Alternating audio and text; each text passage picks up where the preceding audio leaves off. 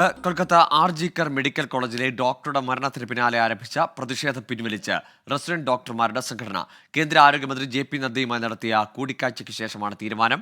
ആരോഗ്യ സംരക്ഷണ നിയമം പാസാക്കുമെന്ന് ഉറപ്പ് ലഭിച്ചെന്ന് ഫോഡ. ബൽറാം നെടുങ്കാടിയുണ്ട് വിശദാംശങ്ങളുമായി.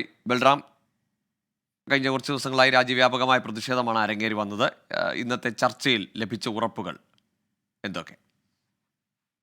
ഗോകുൽ, കഴിഞ്ഞ വെള്ളിയാഴ്ച മുതൽ ആരംഭിച്ച പ്രതിഷേധമാണ് റെസിഡന്റ് ഡോക്ടർമാരുടെ സംഘടന പിൻവലിച്ചിരിക്കുന്നത്. കൊൽക്കത്ത ആർജിക്കർ മെഡിക്കൽ കോളേജിൽ റെസിഡന്റ് ഡോക്ടറെ ബലാത്സംഗം ചെയ്ത് കൊലപ്പെടുത്തിയ കേസിൽ പ്രതിഷേധം പിൻവലിക്കാനുള്ള തീരുമാനമാണ് റെസിഡന്റ് ഡോക്ടർമാരുടെ സംഘടന പ്രഖ്യാപിച്ചിരിക്കുന്നത്. കേന്ദ്ര ആരോഗ്യമന്ത്രി JP നദ്ദയുമായി ഇന്ന് വൈകിട്ട് ഈ സംഘടനാ ഭാരവാഹികൾ കൂടിക്കാഴ്ച നടത്തിയിരുന്നു. ഇതിന് പിന്നാലെയാണ് ഈ തീരുമാനം പ്രഖ്യാപിച്ചിരിക്കുന്നത്.